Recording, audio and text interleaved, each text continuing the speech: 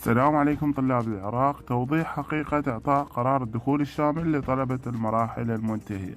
انتشر خبر على مواقع التواصل الاجتماعي لرئيس الوزراء العراقي محمد الشياع السوداني يقول بيه بأنه تم إعطاء قرار الدخول الشامل لطلبة المراحل المنتهية.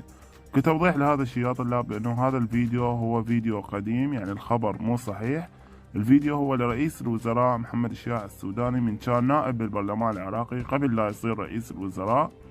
فهذا الفيديو قديم، صار له أكثر من سنة تقريبا منشور على مواقع التواصل الاجتماعي، بس اكو بعض الصفحات حاليا رجعت تنشره حتى انه تحصل تفاعل.